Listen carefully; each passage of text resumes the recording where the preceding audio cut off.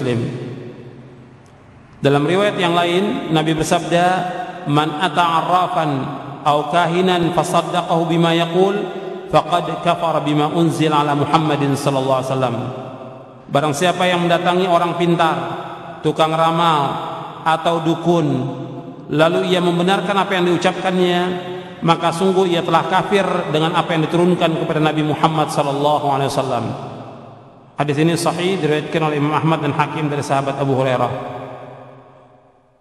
Jadi apabila seorang terkena sihir, guna-guna, santet, kesurupan jin dan lainnya, atau penyakit menahun yang tidak kunjung sembuh, maka tidak boleh sekali-kali bagi seorang muslim atau muslimah mendatangi dukun, tidak boleh mendatangi tukang sihir, tidak boleh mendatangi paranormal, karena datang kepada mereka adalah dosa besar.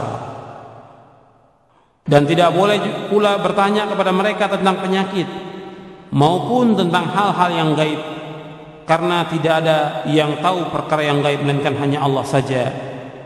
Bahkan Rasulullah SAW pun tidak tahu perkara yang gaib, sebagaimana disebutkan dalam beberapa ayat Al-Quran. Ya, Rasulullah tidak tahu perkara yang gaib. Qul la amliku li nafsi naf'an wa la darra illa ma syaa Allah walau kuntu a'lamul ghaiba lastaqtartu minal khairi wa ma massani su' in ana illa nadhiru wa basyiru liqaumin yu'minun. Katakanlah, aku tidak berkuasa menarik kemanfaatan bagi diriku dan tidak pula menolak kemudaratan kecuali yang dikehendaki oleh Allah.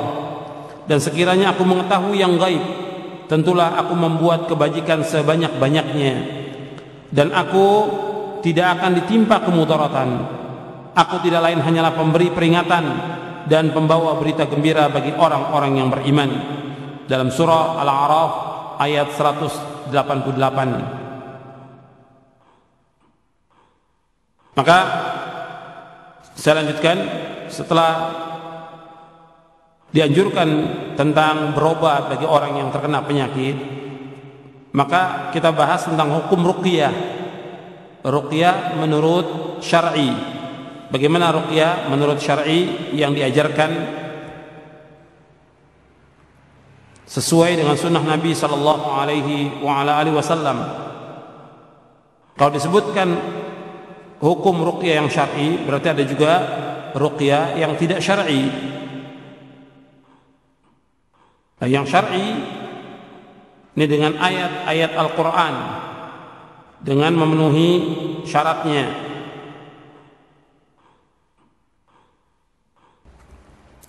Dikatakan oleh Al-Hafidz Ibn Hajar Al-Asqalani dalam kitabnya Fathul Bari, setelah membawakan hadis Abu Sa'id Al-Khudri yang meruqyah Sayyidul Qaum dengan Al-Fatihah, Al-Hafidz mengatakan, wa fil hadithi jawazu ruqyah bi kitabillah wa yaltahiqu bihi ma kana bidzikri wad du'a'il ma'thur. Jadi bolehnya ruqyah dengan kitabullah, dan juga yang sama dengan itu ya dengan zikir-zikir dan doa yang ma'thur dari Nabi sallallahu alaihi wasallam. Ada beberapa syarat yang harus dipenuhi dalam ruqyah yang dibolehkan. Yang pertama adalah ruqyah dilakukan dengan kalamullah, atau namanya atau sifatnya, atau dengan doa-doa yang sahih yang diriwayatkan dari Rasulullah sallallahu alaihi wasallam. Yang kedua adalah dilakukan dengan bahasa Arab. Yang ketiga diucapkan dengan bahasa Arab dengan makna yang jelas dan dapat dipahami.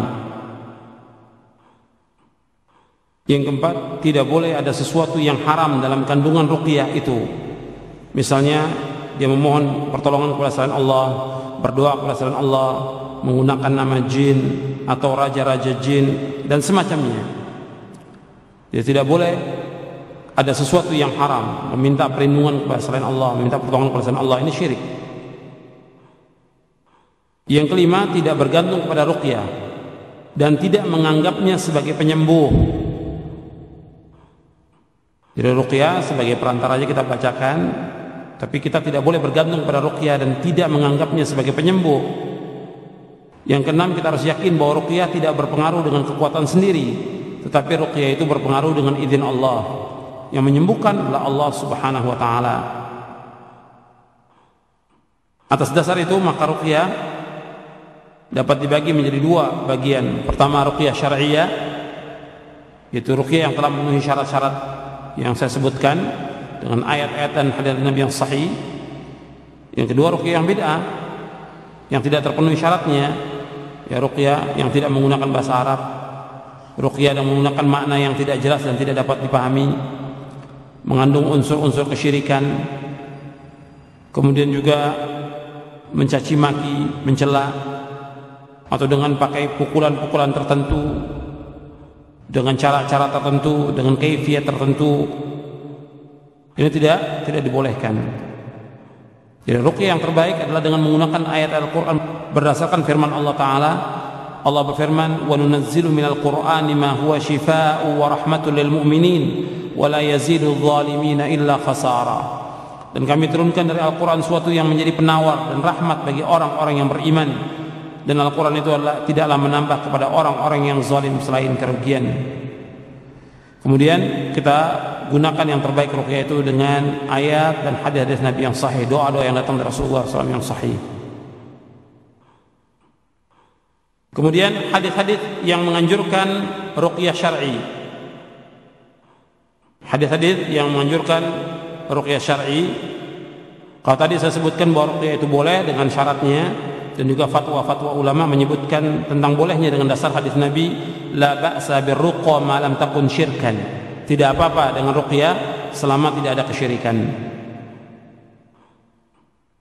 Syekh bin Baz juga berpendapat demikian, bahwa ruqyah itu boleh dengan dasar hadis Nabi yang sahih, dan ruqyah itu harus dengan ayat-ayat dan doa-doa yang ma'thur. Begitu juga Syekh Muhammad bin Shalih Al-Utsaimin rahimahullah. Kemudian hadis-hadis yang menganjurkan untuk ruqyah syar'i, di antaranya dari sahabat Aisyah radhiyallahu anha. Beliau berkata adalah Rasulullah menyuruh saya untuk meruqyah minal ain, dari penyakit ain, dari penyakit mata yang jahat. Hadis ini sahih riwayat Muslim. Karena Rasulullah ya'muruni an astarqi minal ain. Kemudian juga dalam hadis Nabi bersabda, man istata'a minkum ay yanfa'a akhahu falyaf'al. Barang siapa yang bisa memberikan manfaat kepada saudaranya, maka hendaklah ia lakukan. Hadis ini sahih riwayat Muslim.